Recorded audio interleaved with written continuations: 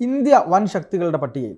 അതായത് നരേന്ദ്രമോദിക്ക് അധികാരത്തിൽ വന്നതിന് ശേഷം ഇന്ത്യക്ക് വലിയ മാറ്റങ്ങളാണ് വന്നുകൊണ്ടിരിക്കുന്നത്. വികസനത്തിൻ്റെ കാര്യത്തിലും അതുപോലെ തന്നെ ലോക രാഷ്ട്രങ്ങളുടെ മുന്നിൽ വൻ ശക്തി എന്ന കാര്യത്തിലൊക്കെ ഇന്ത്യ വളർന്നുകൊണ്ടിരിക്കുകയാണ്. ഇപ്പോൾ ലോകത്തെ ഏറ്റവും പ്രധാനപ്പെട്ട 3 രാജ്യങ്ങളെന്ന് പറയുന്നത് അമേരിക്ക, റഷ്യ, ചൈന. ഇതാണ് മൂന്ന് ശക്തികൾ, വൻ ശക്തികൾ. അതിൻ്റെ കൂട്ടത്തിൽ ഇന്ത്യയും കൂടെയുണ്ട്. 4ാമത്തെ ശക്തി എന്ന് പറയുന്നത് ഇന്ത്യയാണ് എന്ന തരത്തിൽ പ്രതികരണം വന്നിരിക്കുന്നു. പ്രതികരണം മറ്റാരുടേതുമല്ല, റഷ്യൻ പ്രസിഡന്റ് വ്ളാഡിമിർ പുടിൻ്റെതാണ്. പുടിൻ ഇങ്ങനെയൊരു കാര്യം പറയുമ്പോൾ അതിനൊരുപാട് മാനങ്ങളുണ്ട്, ഒരുപാട് അർത്ഥങ്ങളുണ്ട്. അപ്പോൾ എന്തായിരിക്കും പുടിൻ ഉദ്ദേശിച്ചിട്ടുണ്ടാവുക? നമ്മളിപ്പോൾ ഇത്രയും കാലം വിചാരിച്ചിരുന്നത്, ഇപ്പോൾ പാർത്ഥൻ പറഞ്ഞ പോലെ തന്നെ റഷ്യ, അമേരിക്ക, ചൈന, ഇതാണ് ലോകത്തിലെ വൻകിട രാജ്യങ്ങൾ എന്ന് വെച്ചാൽ ഗ്ലോബൽ പവർ എന്ന് പറയുന്നത്. അപ്പോൾ ഇത് സംബന്ധിച്ച് മാധ്യമ പ്രവർത്തകർ തന്നെ ഈ റഷ്യൻ പ്രസിഡന്റ് പുടിൻ്റെ അടുത്ത് ചില കാര്യങ്ങൾ സംസാരിച്ചുകൊണ്ടിരിക്കുന്നു. അപ്പോൾ പുടിൻ പറയുകയാണ്, 3 രാജ്യങ്ങളല്ല ലോകത്തിലെ വൻ ശക്തിയാണ്, 4 രാജ്യങ്ങളാണ്. 4ാമത്തെ രാജ്യം എന്ന് പറയുന്നത് ഇന്ത്യയാണ്. ഇന്ത്യ നമ്മൾ വിചാരിക്കുന്ന പോലെയല്ല, ഒരു ഗ്ലോബൽ പവറാണ്. നമുക്ക് ഒഴിവാക്കാൻ പറ്റാത്ത ഒരു വൻ ശക്തിയായി മാറിയിരിക്കുന്നു. 150 കോടി ജനങ്ങളുള്ള ആ രാജ്യത്തിൻ്റെ വികസനം, സാമ്പത്തിക മേഖലയിലെ വളർച്ച, ടെക്നോളജിയിലെ അവരുടെ കുതിപ്പ്, ഇതൊക്കെ കൊണ്ട് ഒരിക്കലും ഇന്ത്യയെ മാറ്റി നിർത്താൻ പറ്റില്ല.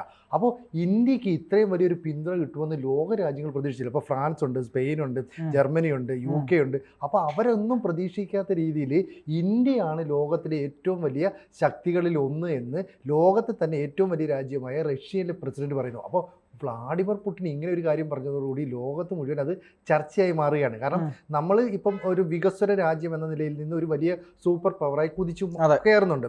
മാത്രവുമല്ല, നമുക്കിപ്പം മറ്റു പല രാജ്യങ്ങളുമായി സൈനിക ഇടപാടുകളുണ്ട്. ഇപ്പം സൈനിക ഉപകരണങ്ങൾ കൈമാറ്റം ചെയ്തതിൽ 100 രാജ്യങ്ങളോളമാണ് നമ്മളുമായിട്ട് ഈ ആയുധങ്ങളൊക്കെ കൈമാറുന്ന വ്യാപാരം നടത്തുന്നത്. അപ്പോൾ ഇങ്ങനെയുള്ള ഇന്ത്യക്ക് വേണ്ടിയിട്ട് റഷ്യൻ പ്രസിഡന്റ് വ്ളാഡിമിർ പുടിൻ ഇത്തരം ഒരു പ്രസ്താവന നടത്തുകയാണ്. അപ്പോൾ ആ പ്രസ്താവന നടത്തുന്നതിലൂടെ എന്താ മനസ്സിലാക്കുന്നത്? നരേന്ദ്രമോദി എന്ന് പറയുന്ന ഒരു മഹത്തായ ഭരണാധികാരിയാണ് ഇന്ത്യയെ ലോക രാജ്യങ്ങളുടെ മുൻനിരയിലേക്ക് നയിച്ചുകൊണ്ട് വന്നതെന്നും പുടിൻ പറയുന്നു. അപ്പം നയതന്ത്ര തലത്തിൽ ഇന്ത്യ കാണിക്കുന്ന ഇടപെടലുകൾ, സൈനിക കാര്യങ്ങളിൽ ഇന്ത്യക്കുണ്ടാകുന്ന മുന്നേറ്റം, സാമ്പത്തിക മേഖലയിലെ നമ്മുടെ വളർച്ച, ഇതെല്ലാം കൊണ്ടാണ് ഇന്ത്യയെ ലോകത്തിലെ വൻ ശക്തികളുടെ കൂട്ടത്തിൽ ഒന്നായി കരുതണമെന്ന് വ്ളാഡിമിർ പുടിൻ പറയുന്നു. ഇപ്പം മറ്റ് രാജ്യങ്ങളുമായിട്ടൊക്കെ നമുക്ക് കണക്കിലെടുത്താൽ ഒരു രാജ്യത്തെ ഭരണാധികാരി മറ്റൊരു രാജ്യത്തെ ഭരണാധികാരിയെ ഒരു മികച്ച ആളാണെന്നൊന്നും പറഞ്ഞ് പുകഴ്ത്തില്ല.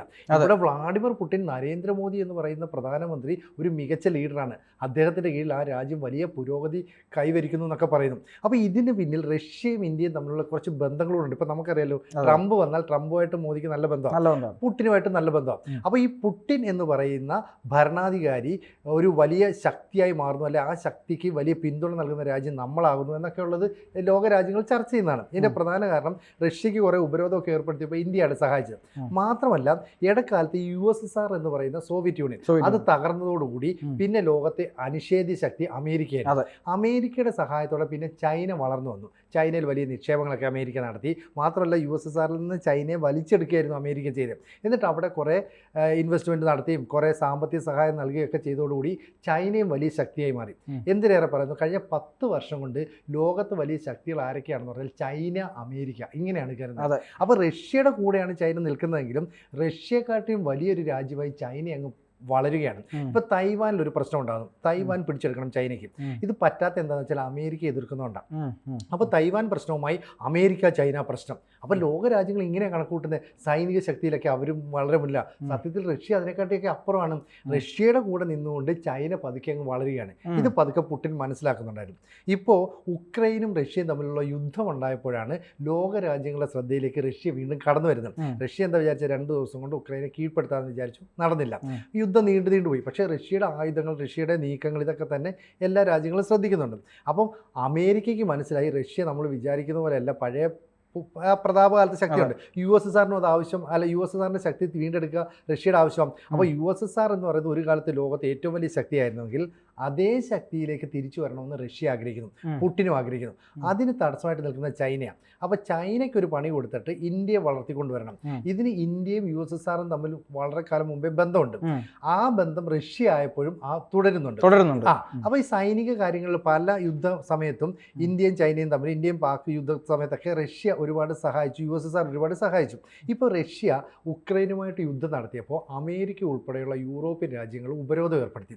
ഉപരോധം ഏർപ്പെടുത്തിയതോടുകൂടി റഷ്യക്ക് മറ്റ് രാജ്യങ്ങളുമായിട്ട് യാതൊരുവിധ ട്രേഡ് ഒന്നും ഇടപാടുകളൊന്നും നടക്കുന്നില്ല. അതെ. അവിടേക്ക് ഇന്ത്യ കൃത്യമായിട്ട് കടന്നു കയറുന്നു. എന്നിട്ട് ഇന്ത്യ നേരെ നരേന്ദ്രമോദി പോയി റഷ്യൻ പ്രസിഡന്റ് പുടിനുമായിട്ട് സംസാരിക്കുന്നു. അതുപോലെ സെലൻസ്കിയുമായിട്ട് പോയി ഉക്രൈനിൽ പോയി സംസാരിക്കുന്നു. അപ്പോൾ റഷ്യയുമായിട്ടും ഈ പറയുന്ന ഉക്രൈനുമായിട്ടൊക്കെ നല്ല ബന്ധം നമ്മൾ പുലർത്തുന്നു. ഒപ്പം ഉപരോധം ഏർപ്പെടുത്തിയ റഷ്യയുടെ കയ്യിൽ നിന്ന് നമ്മൾ പോയി എണ്ണ മേടിക്കുന്നു. അവരുടെ വലിയൊരു വരുമാന മാർഗ്ഗം എണ്ണ വിൽപ്പനയാണ്. ഈ എണ്ണ ആർക്കും അവർക്ക് കൊടുക്കാൻ പറ്റില്ല. ഇന്ത്യ പോയി വാങ്ങിക്കുന്നു. എന്നിട്ടത് പ്യൂരിഫൈ ചെയ്തിട്ട് എണ്ണ ശുദ്ധീകരിച്ചിട്ട് മറ്റ് യൂറോപ്യൻ രാജ്യങ്ങൾക്ക് വിൽക്കുന്നു. അപ്പോൾ യൂറോപ്യൻ രാജ്യങ്ങളെല്ലാം അമേരിക്കയെ പേടിച്ച് ഉപരോധം ഏർപ്പെടുത്തി. അതേ രാജ്യത്ത് നിന്ന് ഇന്ത്യ എണ്ണ മേടിച്ചിട്ട് അവർക്ക് തന്നെ വിൽക്കുന്നു. ഇന്ത്യക്ക് വിരോധമില്ലല്ലോ. ഇന്ത്യക്ക് വിരോധമില്ല. ഇന്ത്യ ഇരട്ടത്തപ്പം. അപ്പോൾ UN പറഞ്ഞു നിങ്ങൾക്ക് പണി കിട്ടും, ഞങ്ങൾ ഉപരോധം ഏർപ്പെടുത്തും. ഇന്ത്യ പറഞ്ഞു പോയി പണി നോക്ക്, ഞങ്ങളുടെ കാര്യം നോക്കിക്കൊള്ളാൻ പറഞ്ഞിട്ട്. അപ്പോൾ UN ഇന്ത്യയും വലുതായിട്ട് മൈൻഡ് ചെയ്തില്ല. അപ്പോൾ ആ സമയത്ത് റഷ്യയുടെ കയ്യിൽ നിന്ന് എണ്ണ മേടിച്ച് വിറ്റത് കൊണ്ടാണ് റഷ്യക്ക് പൈസ കിട്ടിയത്. അല്ലെങ്കിൽ ഈ യുദ്ധം മുന്നോട്ട് കൊണ്ടുപോകാൻ പറ്റില്ല. അപ്പോൾ ഒരു നിർണായക ഘട്ടത്തിൽ ഇന്ത്യയുടെ സഹായം റഷ്യക്ക് കിട്ടി. അതുകൊണ്ടാണ് റഷ്യ പറയുന്നത് ഇന്ത്യ എന്ന് പറയുന്നത് നമ്മൾ വിചാരിക്കുന്നതല്ല, ഒരു നിർണായക ശക്തിയാണ്, വലിയ രീതിയിലുള്ള ഒരു ഗ്ലോബൽ പവറായിട്ട് അവർ ഉയർത്തണം. മാത്രമല്ല ഈ അമേരിക്ക എല്ലാ കാലത്തും ചൈനയിലാണ് വലിയ നിക്ഷേപങ്ങൾ നടത്തിയത്. ഇനി പതുക്കെ ചൈനയിൽ നിന്ന് അവർ നിക്ഷേപം മാറ്റുന്നു. കാരണം ഡൊണാൾഡ് ട്രംപിന് ചൈനയോട് വലിയ താല്പര്യമില്ല. ഷീ ജിൻപിങ് ഒക്കെ അവിടെ നിന്നോട്ടെ എന്ന്. മാത്രമല്ല ചൈനയിൽ കുറേ പ്രശ്നം ഇപ്പോൾ ഉണ്ട്. ഇപ്പോൾ ഷീ ജിൻപിങ്ങിനെ അധികാരത്തിൽ നിന്ന് മാറ്റാൻ വേണ്ടി ഒരു 4 അംഗ സംഘം അവിടുത്തെ കമ്മ്യൂണിസ്റ്റ് പാർട്ടിക്കുള്ളിൽ പ്രവർത്തിക്കുന്നുണ്ട്. അപ്പോൾ ഈ ഷീ ജിൻപിങ്ങിനെ മാറ്റിയിട്ട് പുതിയൊരു ഭരണാധികാരി, അവിടെ ഒരു ഏകാധിപതി ആയിരിക്കും. ആ ഏകാധിപതി ആരായിരിക്കും? ഷീ ജിൻപിങ്ങിന് ഇനി എത്ര കാലത്തേക്ക് മുന്നോട്ട് പോകാൻ പറ്റും? കമ്മ്യൂണിസ്റ്റ് പാർട്ടി എത്ര കാലം മുന്നോട്ട് നയിക്കാൻ പറ്റും? ഇതൊക്കെ തന്നെ വലിയ ചർച്ചാ വിഷയമായി മാറിക്കൊണ്ടിരിക്കുകയാണ്. അപ്പോൾ അവിടുത്തെ ഇൻവെസ്റ്റ്മെൻറ്റ് കുറയുന്നു, തൊഴിലില്ലായ്മ കൂടുന്നു. അപ്പോൾ അവിടെ മൊത്തം സാമ്പത്തികമായി തകർന്നുകൊണ്ടിരിക്കുകയാണ്. ഈ സ്ഥലത്താണ് ഗ്ലോബലി ഇന്ത്യ ഒരു വളർച്ച പ്രാപിക്കുന്നത്. അപ്പോൾ എല്ലാ പിന്തുണയും ഇന്ത്യക്ക് റഷ്യയുടെ ഭാഗത്തു നിന്നുണ്ട്. അപ്പോൾ റഷ്യയുമായിട്ട് നല്ല ബന്ധം നമ്മൾ സൂക്ഷിക്കുന്നു, അമേരിക്കയുമായി നല്ല ബന്ധം സൂക്ഷിക്കുന്നു. ഇപ്പോൾ ഏറ്റവും കൂടുതൽ ചൈനയുമായിട്ടും. ചൈന എന്തുകൊണ്ടാണ് നമ്മുടെ ബോർഡറിലൊക്കെ ഈ വെടിനിർത്തൽ പ്രഖ്യാപിച്ചത്? കാരണം ട്രംപ് വരുന്നു, അതോടുകൂടി ഇന്ത്യയായിട്ടുള്ള ബന്ധം ദൃഢമാകും. റഷ്യ അവരോട് കൂടെ നിൽക്കുന്നു. അപ്പം ഇന്ത്യയെ ഒഴിവാക്കാൻ പറ്റില്ല. അങ്ങനെ ഈ ലോകത്തെ 4 ശക്തികളിൽ ഒന്നാണെന്ന് റഷ്യൻ പ്രസിഡന്റ് വ്ളാഡിമിർ പുടിൻ പറഞ്ഞപ്പോൾ അമേരിക്കയ്ക്കും അത് ഏതാണ്ട് സമ്മതിക്കേണ്ടി വരും. മറ്റ് ലോക രാജ്യങ്ങൾക്കെല്ലാം സമ്മതിക്കേണ്ടതും. പണ്ട് ലാൽ ബഹദൂർ ശാസ്ത്രി എന്ന് പറയുന്ന നമ്മുടെ ഒരു പ്രധാനമന്ത്രി USSR സന്ദർശിക്കാൻ പോയി. അന്ന് താഷ്കെൻഡിൽ വെച്ച് അദ്ദേഹം മരിച്ചിരുന്നു. അപ്പോൾ അതിന് പിന്നിൽ പിന്നെ സോവിയറ്റ് യൂണിയൻ്റെ ചാരസംഘടന ഉണ്ടെന്നൊക്കെ പറഞ്ഞു. പക്ഷേ നമ്മുടെ വിദേശകാര്യ സെക്രട്ടറി ആയിരുന്ന ഇപ്പോഴത്തെ വിദേശകാര്യമന്ത്രി ജയശങ്കർ, അദ്ദേഹമാണ് വിവിധ രാജ്യങ്ങളിൽ പോയി നമ്മുടെ വിദേശകാര്യ നയമൊക്കെ തീരുമാനിക്കുന്നതും പ്രസംഗിക്കുന്നതും. ഒരു സ്ഥലത്ത് പ്രസംഗിക്കുമ്പോൾ പോലും റഷ്യയെ കുറ്റപ്പെടുത്തി നമ്മളൊന്നും പറയില്ല. ഇപ്പം ലാൽ ബഹദൂർ ശാസ്ത്രിയുടെ മരണത്തിൽ ഈ സോവിയറ്റ് യൂണിയൻ്റെ ചാരസംഘടനയ്ക്ക് പങ്കുണ്ട് എന്നൊക്കെ പറയുന്നതിൽ വാസ്തവമില്ല എന്ന് ജയശങ്കർ പറഞ്ഞിട്ടുണ്ട്. മാത്രവുമല്ല ഈ ഉക്രൈനെ റഷ്യ ആക്രമിച്ച സംഭവവുമായി ബന്ധപ്പെട്ട് ഒരിടത്തും റഷ്യയെയോ പുടിനെയോ ജയശങ്കർ കുറ്റം പറയില്ല. അപ്പം കൃത്യമായ നയതന്ത്ര പ്ലാൻ ഈ ജയശങ്കറിലൂടെ നമ്മൾ നടപ്പാക്കുന്നു. അതുകൊണ്ടാണ് നരേന്ദ്രമോദിക്ക് ലോകരാജ്യങ്ങളിൽ വലിയ സ്വാധീനവും വലിയ സ്വീകാര്യതയും ഒക്കെ ലഭിക്കുന്നത്. ഇത് റഷ്യ മനസ്സിലാക്കുന്നുണ്ട്. അതുകൊണ്ടാണ് പറയുന്നത് ഈ യുദ്ധങ്ങളൊക്കെ വേണമെങ്കിൽ നിർത്താൻ ഇന്ത്യ വിചാരിച്ചാൽ പറ്റുമായിരുന്നു. ഇപ്പം ലോകത്തെ യുദ്ധം ഉണ്ടാക്കുന്നതിൽ ഒരു പ്രധാന പങ്ക് വഹിക്കുന്ന അമേരിക്ക. റഷ്യ യുക്രൈനൊരു യുദ്ധം ഉണ്ടാകുന്നു. ഈ ഉക്രൈൻ എവിടുന്ന സഹായം കിട്ടുന്നത്? അമേരിക്ക കൊടുക്കുന്ന പൈസ കൊടുക്കും, ആയുധങ്ങൾ കൊടുക്കും, അല്ലെ? നാറ്റോ സഹായിക്കും എന്നൊക്കെ പറയും. കാരണം ഈ നാറ്റോയിൽ അംഗമാകാൻ ശ്രമിച്ചുകൊണ്ടാണല്ലോ യുദ്ധം വന്നത്. പോട്ടെ, ഇസ്രായേലും പാലസ്തീനും തമ്മിൽ യുദ്ധം നടന്നു. ഇസ്രായേലിൽ ആരും ആയുധം കൊടുക്കുന്നത്? അവിടെ അമേരിക്ക. അപ്പോൾ ഈ ആയുധങ്ങൾ, പണം, ഇതിൻ്റെയൊക്കെ സപ്ലൈ അമേരിക്ക നിർത്തിയാൽ ഈ യുദ്ധം തന്നെ ലോകത്തും തീരും. അല്ലെങ്കിൽ രാജ്യത്ത് പല രാജ്യങ്ങൾ തമ്മിൽ യുദ്ധം ഉണ്ടാകുമ്പോൾ അമേരിക്ക ഇടപെട്ടാൽ ഈ യുദ്ധങ്ങൾ കോംപ്രമൈസ് ചെയ്തു പോകാൻ പറ്റും. പക്ഷേ അമേരിക്ക അത് ശ്രമിക്കില്ല. കാരണം അവരുടെ ആയുധ വിപണി അവിടെ നടക്കണം, കച്ചവടം അവിടെ നടക്കണം, അവരുടെ ചില ലക്ഷ്യങ്ങൾ, ചില രാജ്യങ്ങളെ തകർക്കണം. ഇതൊക്കെ അമേരിക്കയ്ക്ക് ലക്ഷ്യമാണ്. പക്ഷേ അവിടെ ഒരു സംശയം, ഈ റഷ്യയുമായി ബന്ധപ്പെട്ട് ഇപ്പം സെലൻസ്കിക്ക് കിട്ടിക്കൊണ്ടിരിക്കുന്ന ഒരു സഹായം എന്ന് പറയുന്നത് ബൈഡൻ പോയതിനു ശേഷം ഈ ട്രംപ് വന്നല്ലോ. ട്രംപ് അധികാരത്തിലേറിയാൽ ഈ കഴിഞ്ഞ തവണത്തേതുപോലെ തന്നെ ഈ പ്രാവശ്യവും സഹായം കിട്ടുമോ? ഇനി ആ സഹായം തുടരും തോന്നുന്നുണ്ടോ? അല്ല, അങ്ങനെ ഒരു സഹായം ഇപ്പം നമുക്കറിയാലോ, ഈ ഷീ ജിൻപിങ്ങുമായിട്ട് നമുക്കുള്ള ബന്ധം ഉണ്ടായത് വളരെ പെട്ടെന്നാണ് ഉണ്ടായത്. ഈ ബ്രിക്സ് ഉച്ചകോടിയിൽ ഇന്ത്യക്കുള്ള സ്വാധീനം മുന്നിൽ കണ്ടുകൊണ്ടാണ് ചൈന ഒരു കോംപ്രമൈസിന് തയ്യാറായത്. അമേരിക്ക ഈ ബൈഡൻ്റെ നേതൃത്വത്തിലുള്ള ഭരണകൂടം ഇന്ത്യയുടെ അടുത്ത് പരോക്ഷമായി മാത്രമേ സഹായിച്ചിട്ടുള്ളൂ. നമുക്ക് ചെറിയ ഉപരോധങ്ങളൊക്കെ അവർ കിട്ടുന്ന സമയത്തൊക്കെ ഏർപ്പെടുത്താനായിട്ട് ശ്രമിക്കുന്നുണ്ട്. പക്ഷേ ട്രംപ് വരുമ്പോഴേക്കും ഇതിനെക്കാട്ടി ഊഷ്മളമായ ബന്ധം മോദിയുമായിട്ടുണ്ട്. എന്ന് പറഞ്ഞാൽ റിപ്പബ്ലിക്കൻസ് ആണ് എപ്പോഴും നമ്മളോട് ചേർന്ന് നിൽക്കുന്നത്.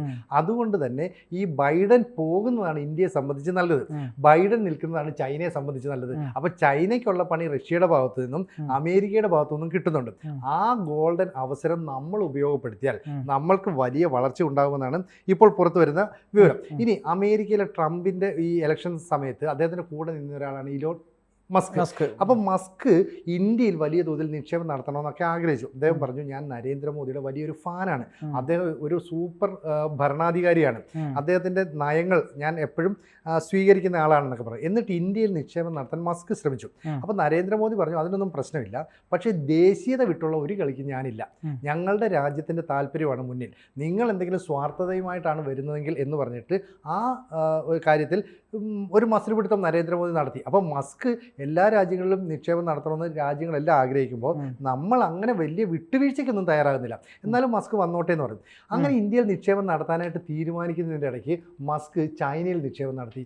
അപ്പോൾ നമുക്ക് പെട്ടെന്ന് അത്ഭുതമായി, ഇതെന്ത് പറ്റി?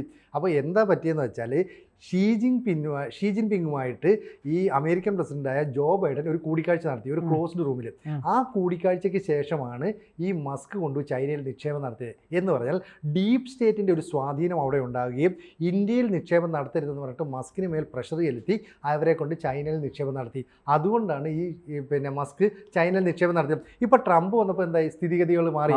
കാരണം ഈ ഡീപ് സ്റ്റേറ്റിനെ എതിർക്കുന്ന വ്യക്തിയാണ് ട്രംപ്, ഇന്ത്യയും അവരെ എതിർക്കുന്ന വ്യക്തിയാണ്. അതുകൊണ്ട് തന്നെ ഇനി മസ്ക് ഇന്ത്യയിലേക്ക് വരാനും നിക്ഷേപം നടത്താനും ഒക്കെ സാധ്യതയുണ്ട്. അതോടുകൂടി ഇന്ത്യയും വലിയൊരു പുരോഗതി, ഇപ്പോൾ ടെക്നോളജിയുടെ കാര്യത്തിൽ നമുക്ക് വലിയ മുന്നേറ്റമുണ്ട്. ഇപ്പോൾ 75 വയസ്സോളമായി പ്രധാനമന്ത്രി നരേന്ദ്രമോദിക്ക്. പക്ഷേ ഒരു യുവാക്കളുടെ മനസ്സോടുകൂടി ടെക്നോളജിയെ സ്വീകരിക്കാൻ, കൂടുതൽ അറിയാൻ, ഭാവി ഇന്ത്യക്ക് വേണ്ടി എന്തൊക്കെ വരുത്തണം എന്നതിനെക്കുറിച്ച് ചിന്തിക്കാനൊക്കെ മോദിക്ക് കഴിയുന്നുണ്ട്. അങ്ങനെ ഒരാളുമായി കൂട്ടുകൂടാൻ ഇലോൺ മസ്കിന് താല്പര്യമാണ്. അപ്പോൾ ട്രംപിൻ്റെ തെരഞ്ഞെടുപ്പിൽ മുന്നണി പോരാളിയായി നിന്ന മസ്ക്, ട്രംപ്, പുടിൻ ഇവരെല്ലാം ഇന്ത്യക്കൊപ്പം നിൽക്കുന്നു, ഒപ്പം ചൈനയെ മാറ്റി നിർത്താൻ ശ്രമിക്കുന്നു. അങ്ങനെ ലോകത്തെ 4 സൂപ്പർ പവറുകളായിട്ട് അമേരിക്ക, റഷ്യ, ചൈന, ഇന്ത്യ മാറുകയാണ്. ഇതിനെ മറ്റ് രാജ്യങ്ങൾക്ക് അംഗീകരിക്കേണ്ടി വരുന്നു. അപ്പോൾ ചൈനയിൽ നിന്ന് പല രാജ്യങ്ങളും നിക്ഷേപം പിൻവലിക്കുകയും അതുപോലെ തന്നെ കൂടുതൽ കമ്പനികളൊക്കെ അവിടുന്ന് മാറ്റുകയും ചെയ്യുന്നുണ്ട്. ഇപ്പോൾ ഫ്രാൻസും സ്പെയിനും ഒക്കെ തന്നെ ഇന്ത്യയിലേക്ക് വരുന്നത് ഇത്തരത്തിലുള്ള നിക്ഷേപവുമായി ബന്ധപ്പെട്ടാണ്.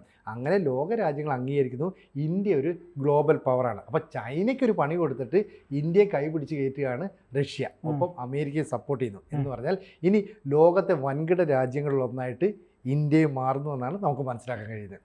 കൂടുതൽ വാർത്തകളും വിശേഷങ്ങളും നിങ്ങളിലേക്ക് എത്താൻ ABC മലയാളം സബ്സ്ക്രൈബ് ചെയ്യുക, ബെൽ ബട്ടണും അമർത്തുക.